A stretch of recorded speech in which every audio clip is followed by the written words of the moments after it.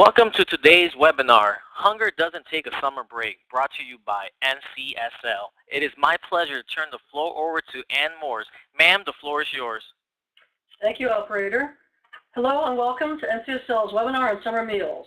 My name is Ann Morse and I am the Program Director for the National Conference of State Legislatures Hunger Partnership. NCSL would like to thank Share Our Strength for sponsoring today's event. The Summer Meals Program was created more than 40 years ago to help children from low-income families get the healthy food they need during the summer months when school is out of session. The program is authorized and funded by Congress, implemented and regulated by the United States Department of Agriculture, administered by state agencies, and served at thousands of organizations like schools, faith-based programs, and community centers across the country.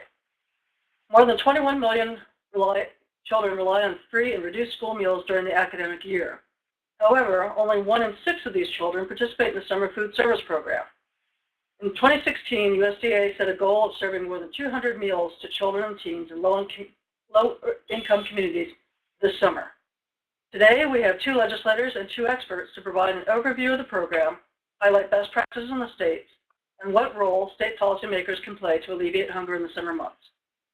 Before we turn to our presenters, I'd like to point out resources available for download at any time during this webinar. Simply click on the Media Library icon in the upper right-hand corner of your screen. It looks like a yellow piece of paper with a blue bar graph in front of it. We will hold question and answer session following the presentations. Please feel free to use the chat box in the lower right part of your screen to submit any questions ahead of time. Now please welcome today's guests. Delegate Angela Angel currently represents the 25th District of Prince George's County in the Maryland General Assembly. Elected in 2014, Delegate Angel serves on the Health Government and Operations Committee and is Vice Chair of the Bi-County Subcommittee of the Prince George's County Health Delegation. She's an active member of both the Legislative Black Caucus and the Women's Caucus and serves on the Children's Environmental Health and Protection Advisory Council. Representative Charlotte Douglas is serving her second term in the Arkansas House of Representatives. She represents District 75, which includes portions of Sebastian and Crawford County. Representative Douglas serves on the Education Committee, State Agencies and Governmental Affairs Committee, Budget and Energy. In addition to her committee work, she has been working on task forces assigned to investigate Arkansas 911 and how the state responds to reports of child abuse. She serves as Assistant Pro Tem to the Speaker and Secretary to the House Republican Caucus. Outside of her work at the Capitol, she serves on the Advisory Board of Children and Families First. She chairs the House Hunger Caucus, which finds ways to reduce hunger in Arkansas. Bernadette DeRita is the Advocacy Manager for Share Our Strength's No Kid Hunger campaign.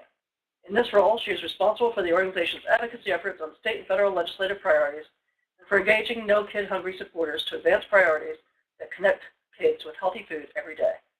Prior to joining Share Our Strength, Bernadette managed local, state, and federal government relations at Food and Friends, a Metro DC nonprofit that provides medically appropriate home-delivered meals to men, women, and children living with life-challenging illnesses. Bernadette also represents a range of education, health, and social service nonprofits on federal issues before Congress when she was at Russ Reed, a private lobbying firm. Susie Lee works with the No Kid Hungry Illinois campaign and the Illinois Commission to End Hunger No Kid Hungry Committee. As part of this work, Ms. Lee focuses on building and maintaining effective strategies to meet the needs of vulnerable populations, particularly the meal gap for children. Before her work with the Greater Chicago Food Depository, Ms. Lee served as Vice Chair of the Japan Exchange and Teaching Program Association, where she prepared policy research and program evaluation to the Council of Local Authorities for International Relations. I'd like to turn right now to Delegate Angela Angel to talk about the work in Maryland. Please take it away. Thanks so much. Hey, everybody, and welcome. Just want to give you a background. My name is Angela Angel. I represent District 25, which is located in Prince George's County, Maryland. Prince George's County is located at the heart of the exciting Baltimore-Washington corridor. It's 37 miles south of the city of Baltimore, and it actually borders the District of Columbia. It encompasses almost 500 square miles, and Prince George's County has an urban atmosphere that still manages to provide a scenic and peaceful place to live, work, and play. We have a little over 900,000 residents and approximately 300,000 children in Prince George's County. More than 116,000 of those children relied on free and reduced school meals in the last school year, but only 9.6% of those kids participated in the 2015 USDA Summer Food Program. So when we're looking at how we're going to engage stakeholders in the summer food program, I want to give you a brief overview of how our governance structure is in Prince George's County in the state of Maryland.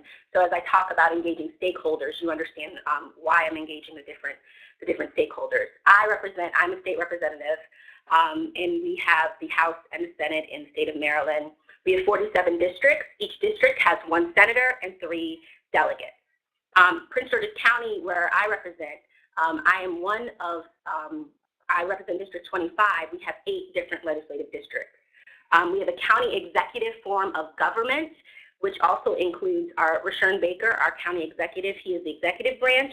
The legislative branch is represented by 9 individually elected council members that represent their areas. We have a school system that is managed by our CEO, who is selected by Rashawn Baker, our county executive, and they run the day-to-day operations, which I'll refer to as PGCPS, Prince George's County Public Schools. The school board governing body, which creates the school policies, is additionally a 9-member elected board of education. Our county has 27 municipalities, many who have their own individual councils and either mayors or council member leaders. And so when I talk about engaging different stakeholders, we engage to implement a summer school meals program. We engage on all levels of government. I've worked with the summer school nutrition program since 2012, when at that time I actually worked in Councilmember Derek Leon Davis' office in District 6. I very much understand that summer meals are a critical part of the food security safety net that ensures children are receiving adequate and nutritious meals. And it's my goal to help share our strengths in the No Kid Hungry campaign, reach more kids from low-income communities this summer. I plan on doing this by continuously informing my constituents about the need and benefit of hosting summer food programs.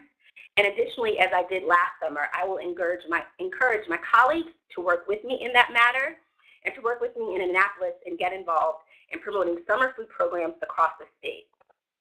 Last year, as a result of my collaboration with No Kid Hungry, we had 7 summer meal sites in my district that serve thousands of meals to over 500 kids that attend school in District 25. So I can tell you firsthand, when you really engage this program and engage stakeholders, you can really make an impact in your community. So I'd like to talk briefly about how we can utilize our roles as a state legislator to help create summer meal sites in our district. There's a couple of key things that we can do to help create or increase the number of summer food meals in our programs in our district. The first thing I would encourage you to do is to identify community partners, whether that's your school system, which we utilize in Prince George's County. We also utilize our parks and recs, because those are sites that have programs that may already be running, or even if there's not an actual program there, it's a site where in the summertime many children gather. So it's a natural location to have a summer meal site. Churches are another place. Many times they're a central aspect of a neighborhood and can draw children from not just the actual congregation, but from all over the community to come to that church and know that they can receive meals. Apartment complexes are an amazing, if you can partner with an apartment complex, you know, they've got a built-in audience already, and then they can actually also use it in promoting their complex themselves.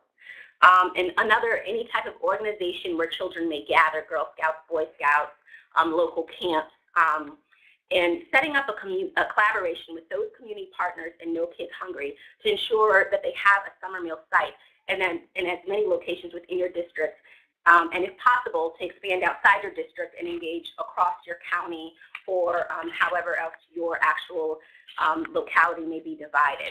The second thing outside of engaging community partners is to engage volunteers, local clubs, senior centers who may want to do something during the summer, central committee members based on your different party governance structures, as well as students that need volunteer hours.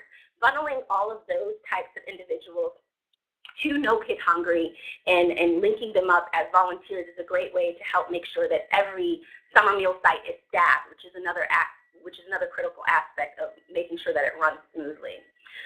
Finally, ensuring that there's a deep public official awareness and engagement.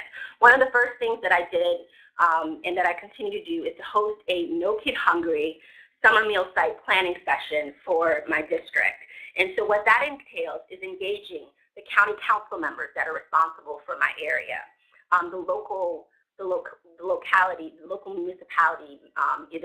We have 2 mayors, we have a city manager, and those council members for the localities that are within my district. As well as school officials, I engage my school board members, as well as members of the actual PGCPS staff. And then I also engage civic leaders who either it's a civic association or a homeowners association or just a civic group that meets and that is powerful in my district. I sit them all down and we have a discussion about where we should locate summer meal programs and engaging who can be in charge of helping to get them up and running, and then connecting them with No Kid Hungry to follow up and do the paperwork and all of the other things to get those sites and connect them with a sponsor so all those sites can get up and running. The next thing you do is to develop a plan for your district to have an appropriate number of sites to serve the population, and creating a collaborative public engagement media campaign so that all of the officials who are at the table have a buy-in and they're also getting something out of participating in this collaboration. You share a united message and you saturate the community with information of where these programs are going to be located and how to ensure that there's active participation. The next thing that is great for you to do is to host a large kickoff. So once again, you've already had these meetings and you have your stakeholders that are now engaged. You next host a large kickoff in the beginning of summer to announce where your sites are going to be and what type of activities are going to be taking place. That engages the community, it promotes awareness, and it also helps to create a public commitment from all of these officials that they're going to be engaged in the summer meal process. Throughout the summer, we do a continuous media and social media engagement, meaning like every Tuesday is like a Tech Tuesday where you engage, where everyone's sending out text messages or on social media saying, hey, these are where your summer meal sites are, this is where you should go, and synchronize it with all of your community partners so that you have a united front and you're saturating the community. Finally, at the end of the summer, make sure that you're hosting a closeout celebration to celebrate your accomplishments and to also encourage everyone that participated to ensure that they're participating for next year and anything else that you may be doing throughout the year to end childhood hunger. I'm glad to answer any questions, but we found that to be very successful in my locality and in the state of Maryland. And now I'd like to toss it over to Representative Charlotte Douglas.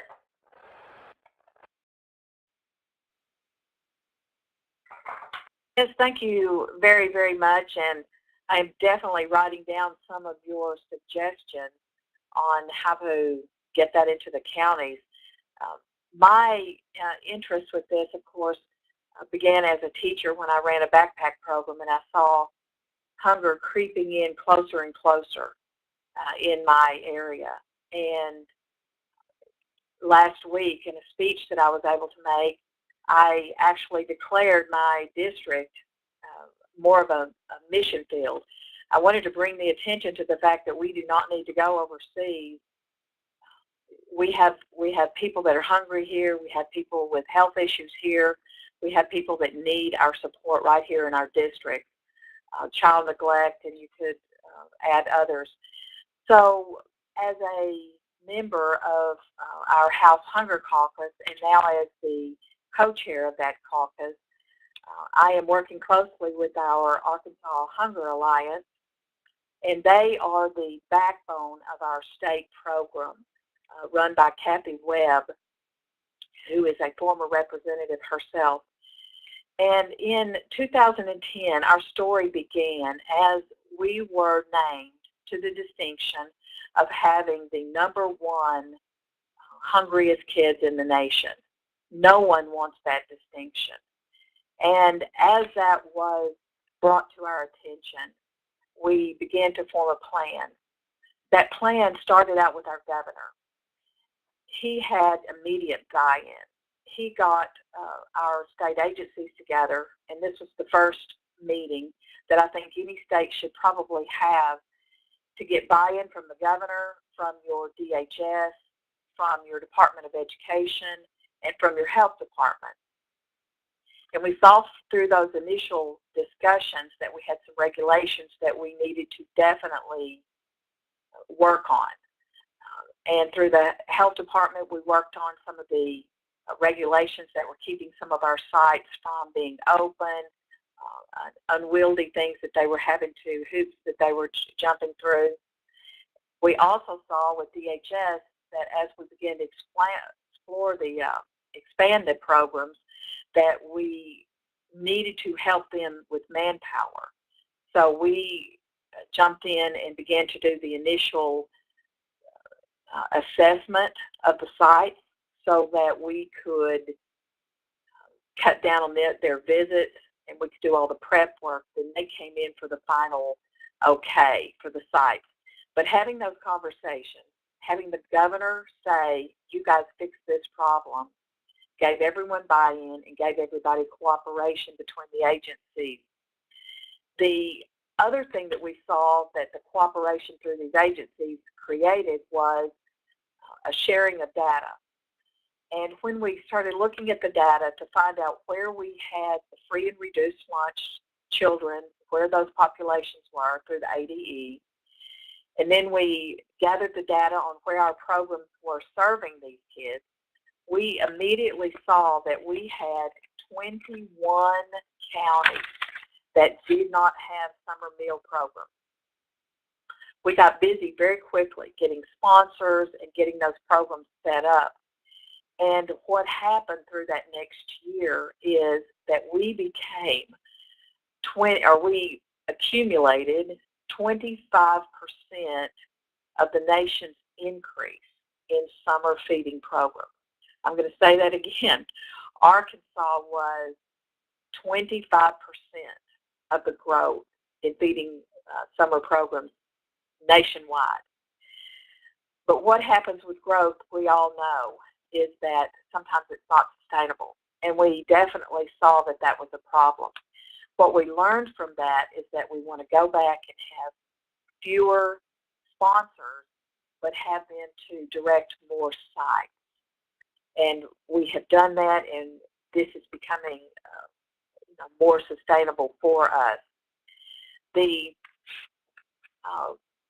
How we got these sponsors, of course, of phone calls, getting into the communities. And just like the representative just described to you, legislators can have a huge impact on going back to their districts and being sponsors of these community meetings. You do not want to have one sponsor in a town and they are not communicating and coordinating with your city council, your faith-based, your schools. It all needs to be connected. So we saw that that was a better way to build our base, is to have those community meetings as well. We have another tie-in that has made our program flourish as well, in that our state senator, Senator Bozeman, is co-chair of the Senate Hunger Caucus. And in getting him back in his interest, and he had some visits that he would make, and he saw some of the problems we were having. We do not have the flexibility on the state level to put the money where we need it because districts have different needs. He saw that there was a problem with access. Some kids could not get to the summer meal program. So what do we need to do about that? And he has sponsored legislation called Hunger Free Summer for Kids. And that is going to give that flexibility with that money to the states.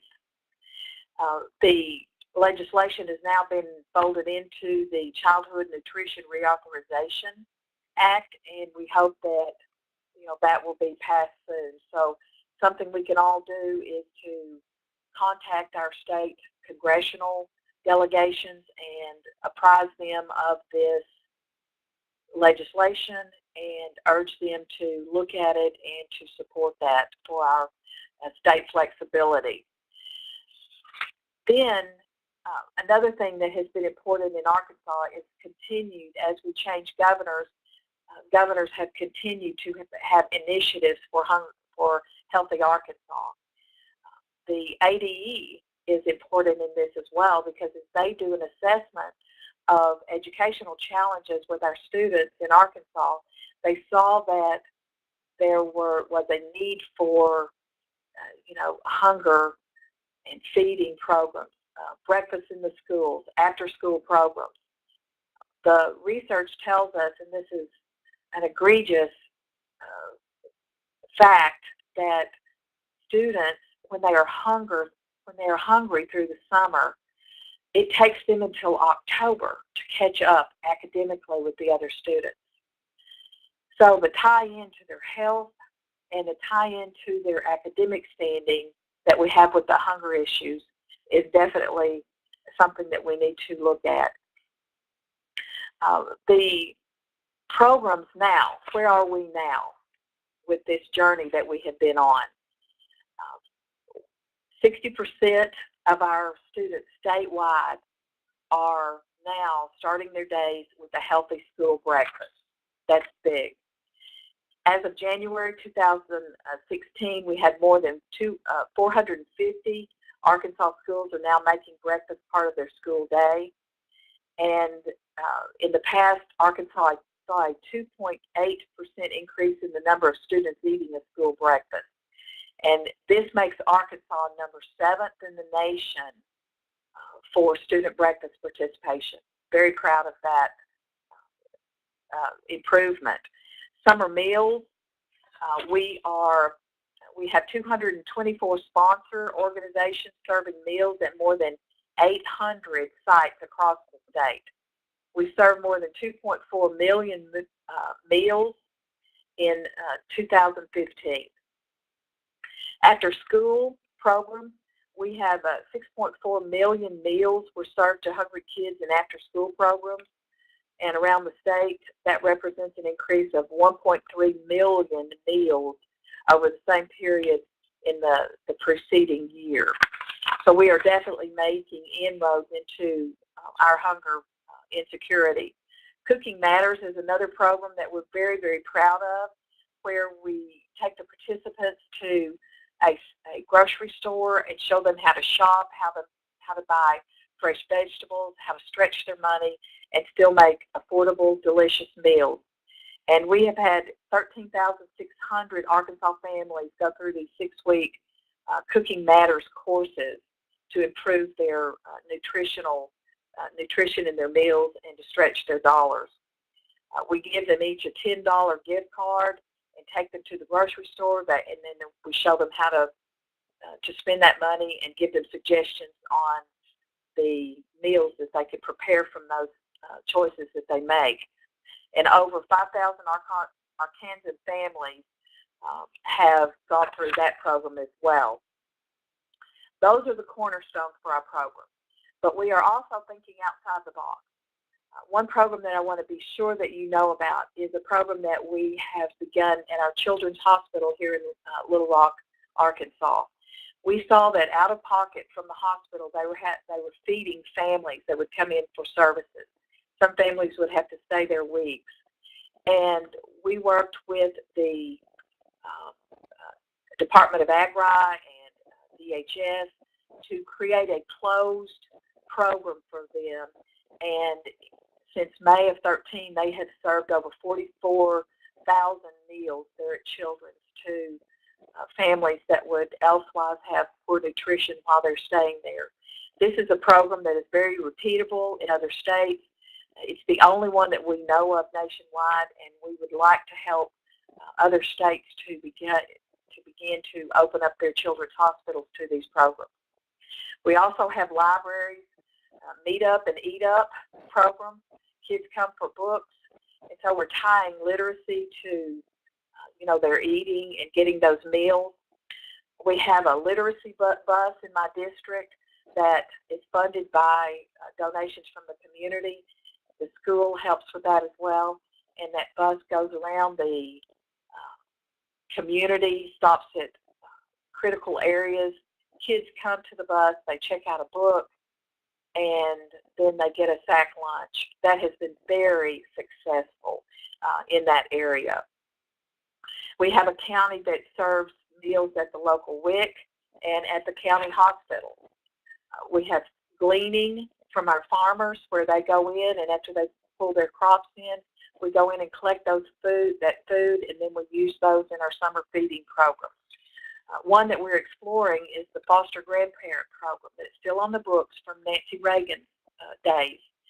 There is a small stipend for seniors that get involved in that program, and they can be used as volunteers to mentor the kids and also to identify kids that need extra help. Boys and Girls Clubs, I think, are a diamond in the rough that we need to really work on in our state, because the kids come to the Boys and Girls Clubs for academics, for leadership skills, and for community involvement. And I see this as a way for us to break the cycle by getting them involved in the communities and teaching them leadership and keeping them caught up over the summer. But a couple of roadblocks that we need to work on federally is that the Boys and Girls Clubs are considered a camp, and therefore they cannot serve that third meal and be reimbursed for it. So they are having to have fundraising and donations for that. That regulation needs to be worked on. The other thing is some Boys and Girls Clubs cannot have people come in off the street because they would be considered a closed environment. So I see those two things as things that we can work on. And in closing, the bottom line is about partnership. It's between government, nonprofits, and state agencies. It's about removing the silos and creating feeding sites with dual purposes, or creating workforce and education sites that also attend to hunger. It's about removing the regulations and by working with state agencies and policymakers at the state and national level. It's about being vigilant as we watch the condition of our children and families, and we need to meet them at their point of need and figure out what that is for each community.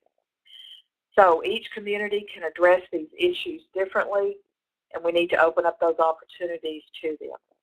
It's not a one-size-fits-all program. I thank you for being invited to this, and I'd be glad to offer questions or be a resource later and send materials to anyone that's interested. But I will now turn over the floor to Bernadette, and thank you very much. Thank you, Representative Douglas. Good afternoon, and thank you for joining us. I think it's been wonderful to hear from Delegate Angel and Representative Douglas. Here at the No Kid Hungry campaign, we are built upon partnerships, public and private, and I think they exemplify really what can be done when state leaders take a role in ending childhood hunger in their communities and their states. We're also really thrilled with our partnership with the National Conference of State Legislators. It is really important to be able to bring this information to all of you and be able to share kind of some of those things that we've been working on as part of Share Our Strength, No Kid Hungry campaign. So I'm going to take a step back, and I'm going to just let you know a little bit more about Share Our Strength and kind of the work that we do across the country. We are an organization, we're a nonprofit NGO that is headquartered in Washington, D.C., but we're actually in every community across the country. We are a grant-making organization, and we're also a best practices organization. So we work really closely with partners around the country with a mission to end hunger in America. Not to reduce it, but we really aim to end it. And the way that we see that we can do this is by connecting kids to the federal child nutrition programs that are available to them in every community across the country. And we really think that our increasing participation is one dramatic way to reduce childhood hunger and ultimately end it. And so we're excited that we can partner with NCSL and expand our work. We focus on summer meals program. We also do a lot of work on improving access to school breakfast program, as well as the after-school meals program, which both representatives mentioned in their remarks.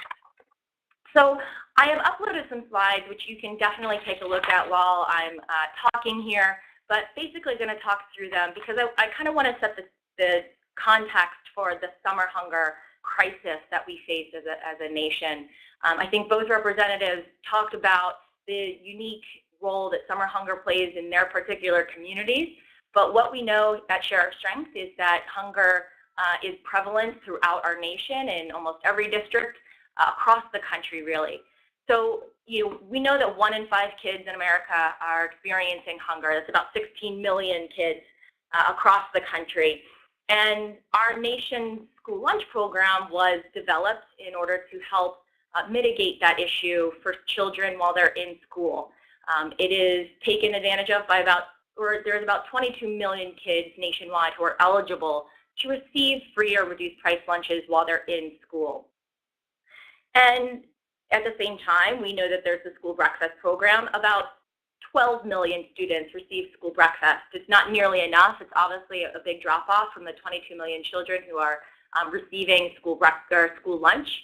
And even more dramatically, we know that participation nationwide in the summer meals program, the program that picks up when school meals end at the end of the year, the ones that take care of them from the summer months, June through August.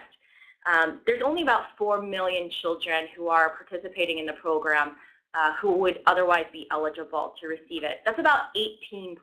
It's a significant number of children across the country who are going through their summer days insecure about where their next meal will come from without the security of the school meal program that got them through the school year. And so the summer meals program, also just to make sure everyone knows, it's a federal program. It's mandated by Congress. Funding is reimbursed directly to meal sponsors in each state. And so the funding from that trickles through your state government to be received through reimbursements to individual meal sponsors for each meal that they provide throughout the summer months. So it's a program that, in essence, is paid through for federal dollars, with many, many private organizations running these programs using donated funds to make up the difference for administering the program.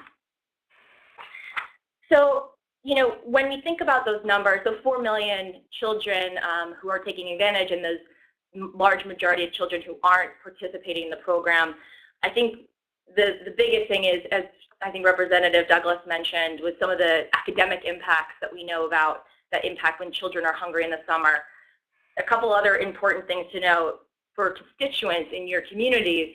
During the summertime, we found at Share Our Strength that about $300 additionally is spent by low-income families during summer months. That's replacing the groceries that otherwise are supplied to the school meals program every single day during the school year. So families are spending a lot more out of pocket during the summer months, which is money, that might be coming from utility bills or rent payments, things that are important for children just as much during the summer months. So families are really experiencing a hardship over the summer. And we also know that about 43% of families do report that they have a harder time making ends meet during the summertime. It's a critical time, and it's oftentimes, we think of summer as a relaxing or fun opportunity for kids when they're able to get access to camps and things like that. That's fantastic, but for many families, for many children across the country, summer is actually a period of anxiety, it's a period of stress for them, and they are looking forward to getting back to the school meals that they experienced in September. So what you can do, and I think Representative Douglas and Delegate Angel both talked about great examples of how you can make a real big impact in your districts, in your state this summer. I think there's 3 probably key ways. I think if you're not familiar with the program, one of the best ways to figure out what this is all about and how you can make a difference is by contacting your local summer meals sponsor. And here at Share Our Strength, we're happy to connect you to that person, to those groups. But they're arranging a site visit so you can see what a summer meals program looks like in person. It's a great way of seeing who is benefiting from the program, what they're receiving, and kind of what enrichment and other activities happen during that period of time. I think you'll learn a lot, and it's usually a pretty fun experience to be able to see children who really appreciate receiving nutritious meals throughout their summer days. The other that was mentioned is raising awareness through the media. We've seen great success in state legislators doing PSAs for their local community news, being able to advertise or promote advertisements of sponsors in your own activity, talking about when you have interviews, talking about summer meals program and the important role it will play, or the information about how to be connected through the media, and in general, promoting the program to your constituents. So your constituents, you have a direct line of communication. Many of you have newsletters or Twitter feeds, Facebook posts. These are great avenues that you can pass on the information about how to find summer meal sites in your community, so that way constituents in need have the information in order to be connected to meals throughout the summer. And I think that's kind of where I'll end it. I think, like I mentioned here at Share Our Strength, we are committed to working with partners, to bringing public and private sectors together, to be innovative with you, to think through how you can support your community the best. And we are happy, I think our contact information is included in this webinar. We're happy to work with you to identify your summer meal sponsors, your sites, and find out how to reach more children in your communities this year. So with that, I'm going to pass it to Susie Lee from the Greater Chicago Food Depository, another fantastic No Kid Hungry partner. Thanks, Brenda. It's great to connect with everyone. I have been working in Illinois with the State Board of Education and with No Kid Hungry Illinois and our USDA partners for about 3 years now. Here in Illinois, we have about 168 sponsors and about 2,200 sites across the state. So my biggest job is to really make sure that we have really strong partnerships and that we have awareness about all of those different sponsors and different sites. So one of the things that I think is both one of the biggest strengths and also actually a pretty significant barrier to the summer meals program is the fact that we have such flexibility and such variety in our site. So for example, when you think of the school breakfast program or the school lunch program, it's attached to the public schools by and large. So you have a really clear image of what this program is. When we think of the summer meals program, on the other hand, it might be at a school or it might be at a community center. So one of our big jobs is to make sure that we're letting folks know what the program is, what's available to them as well. So we can be at community centers, at churches, at any number of different types of organizations. So as was mentioned by our other speakers today, a really fantastic opportunity for state legislators is to provide that awareness piece, whether it's by going to a site and sharing that on websites or on newsletters, or by sharing flyers like these. So this is an example from Illinois specifically, but pretty much every No Kid Hungry state has access to flyers and door hangers and posters that can be shared. So the door hanger is really handy because it can literally just be left on the door. We have lots of teams of folks that will go out and canvass. So I know many offices will have summer interns, and sometimes they have lots of things to do, but one thing that's really powerful in terms of increasing participation is going out into the community near summer meal sites and sharing that information. Another thing that we have that's been really popular is with district offices, we have poster-sized versions of the flyer, and that can actually be just posted in a window so that folks that are passing by can see information about the summer meal site. It'll connect to the website, which has a dynamic map of every open summer meal site in the United States that's hosted by the USDA. In Illinois, we have a hotline that's specific to our state, but there's also a national hotline number. And then there's the texting option, which is really popular, particularly with young parents. So again, just having that information available in a district window can reach many, many families and really increase awareness of the summer meals program. So these are some of the ways that you all can really be problem solvers in the summer meals program. Another opportunity, which is possibly the most powerful, is actually to participate in connecting summer sites, helping to find new summer sites. As I mentioned, we have about 2,200 sites across the state, But unfortunately, our statewide participation in the summer meals program is also quite low at about 14% of our school lunch program participation. So in order to reach all of these kids, we need more sites in communities. And district offices and staff members can be incredibly helpful in connecting organizations that have the capacity to offer summer meals with sponsors and state agencies that can provide them the reimbursements that really make that happen. So in closing, I'd like to echo Representative Charlotte Douglas and say it's really these partnerships. It's connecting the dots, making partnerships that really allow us to reach more children and make sure that all kids have access to healthy meals.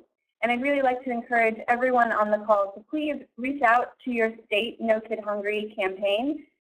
They can provide the flyers, door hangers, and district office posters, various resources at no cost that can reach a huge number of families. And we really appreciate your time and your partnership.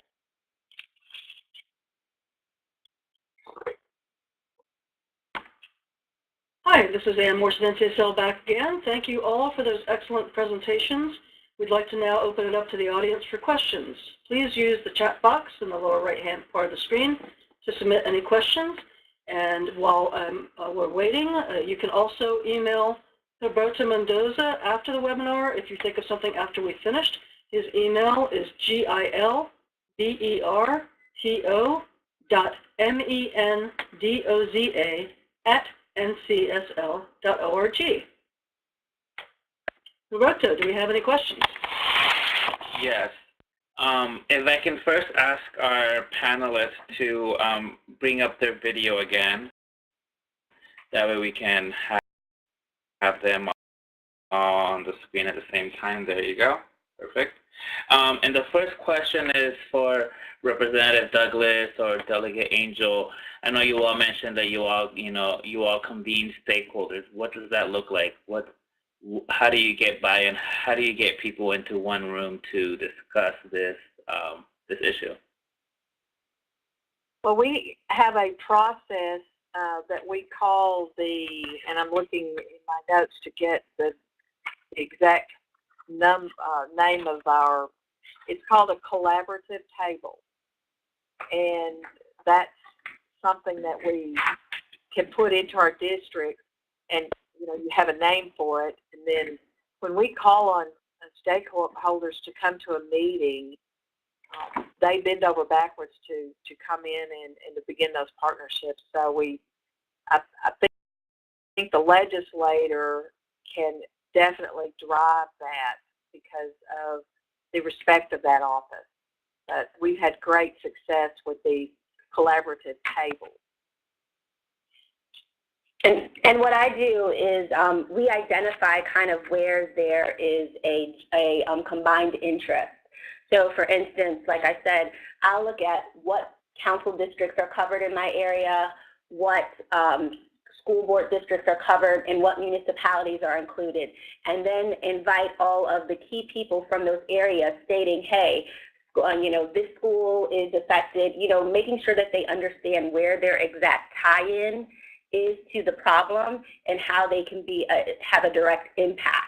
So that way when they come to the table, they know that they're going to be able to take something back to their community and say, this is what I am bringing forward for you. And so that way they have kind of an implicit buy-in, and then we work together to get the sites in those areas. And once again, like I said, at every step of the process, you make sure that you're engaging the community and providing kind of a public channel for them to talk about the work that they're doing. So it's kind of a constant give and take, that most of these people are going to be representatives, and they want to be able to show the people that they're representing that they are working for them. And so that's how we kind of create a buy-in and get people active and engaged in finding sites and staffing sites and promoting the program.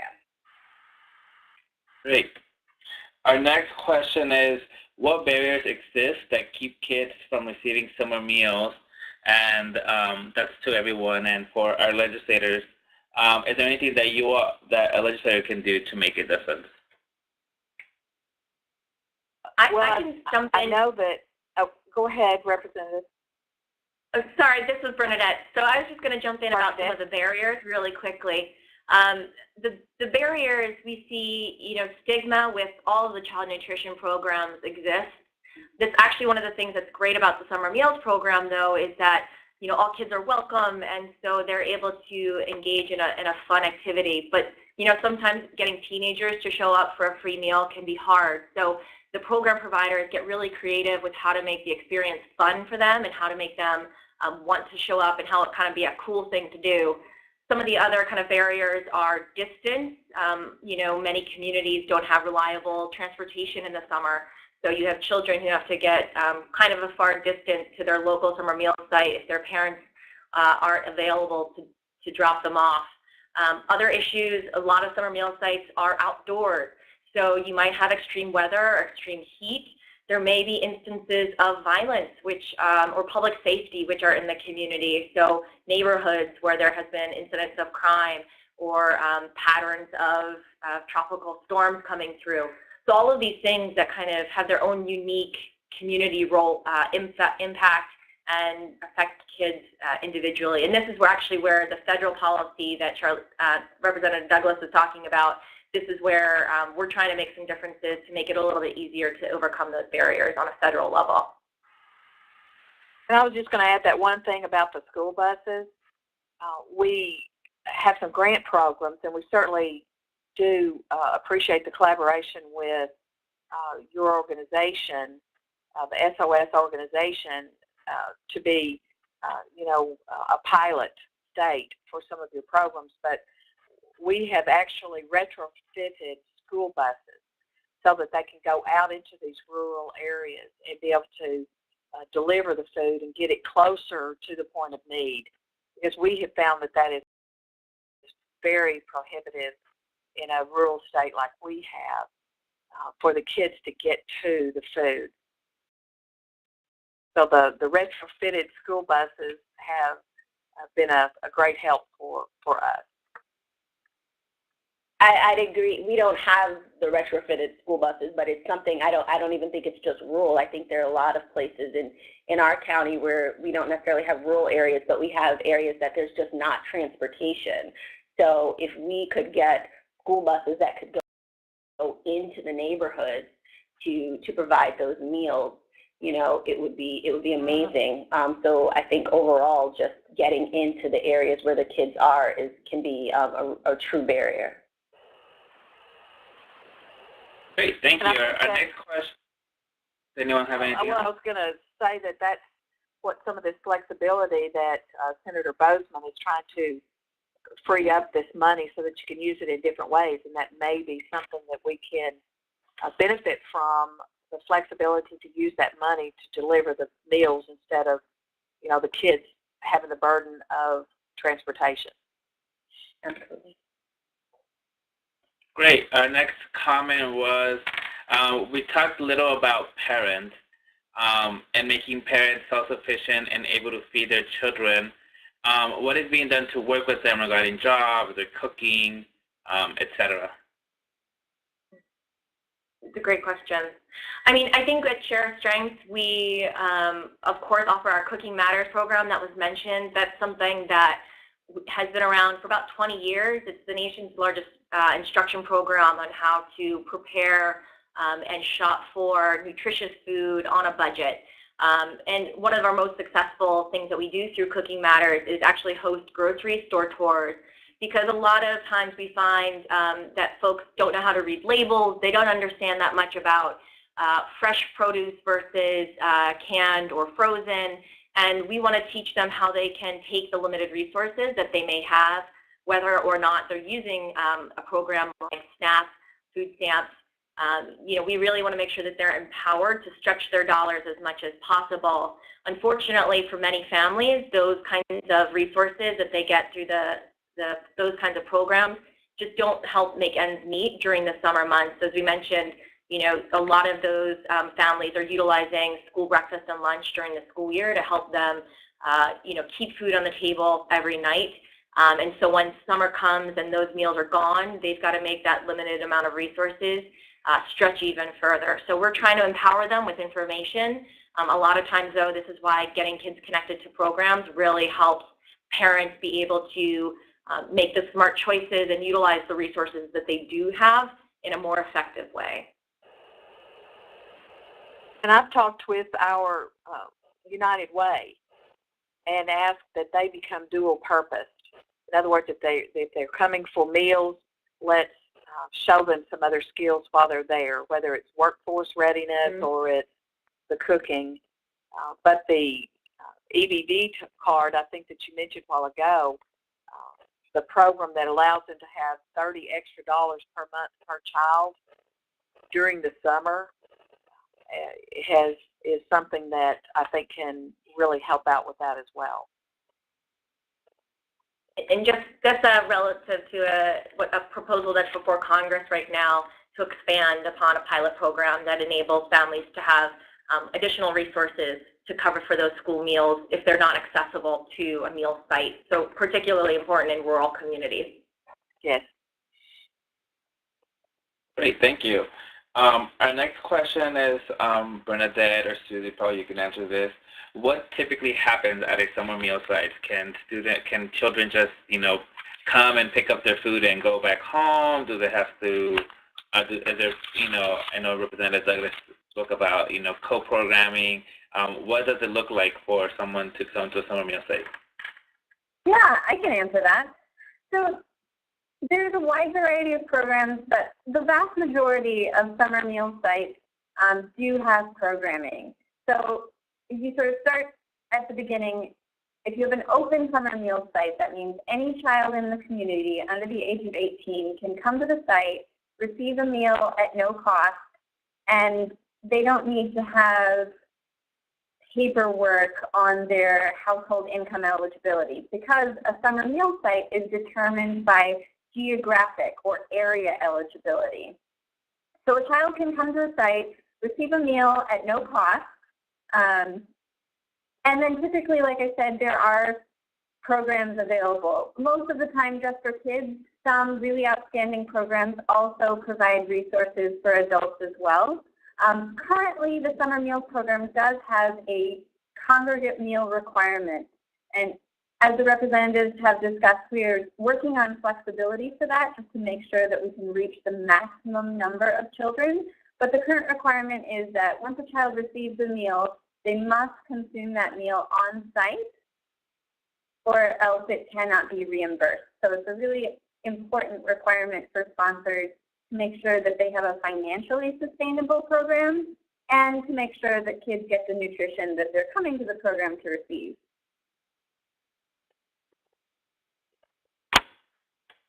Great. Thanks so much. Our next question is, how much does this summer meals program cost the state to operate, and who pays for it? So Susie might have some information on the current reimbursement level. Susie, do you know that off the top of your head?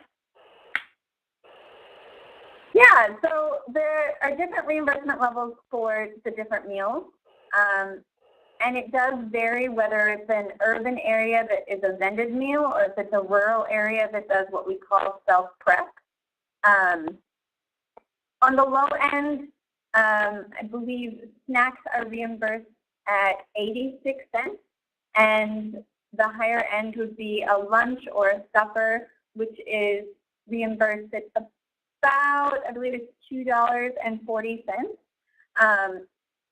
Those programs, the reimbursements come through the state. So it is federally funded. The state administers the program, so they make sure that program integrity is strong, and they issue the reimbursements directly to the program sponsors. The cost to the state for administration is covered through the federal funding as well, and that does vary from state to state depending on their implementation. Great. And I think one of the important things to know, this is where the public-private partnerships come in too, because share of strength plays a role. We will oftentimes grant to summer meal sites. We have a lot of private donors who fund us to fund those kinds of sites as well, because the meal reimbursements for the federal government cover the food costs, but a lot of these sites require staffing or maybe site facility rentals or other just typical equipment that's required during the summer months. So there's additional expenses that private organizations and schools take on when they operate sites, and this is where the public and private sector have to come together in order to make up that difference. That concludes our question in today's webinar on summer meals. Hunger doesn't take a summer break. Thanks again to Share Our Strength for sponsoring our webinar, and especially to Delegate Angela Angel from Maryland, Representative Charlotte Douglas from Arkansas, Bernadette Zarita, and Susie Lee for these informative, helpful presentations. We will post a recording of today's webinar at www.ncsl.org/hunger in the coming week. We welcome your questions and best practices, so feel free to reach us. And you will also receive an email soon asking you to complete a short survey so that we can make our webinars even better. This concludes today's webinar. Thanks everyone for joining us today. Have a great weekend. Thank you. Thank you. Thank you all.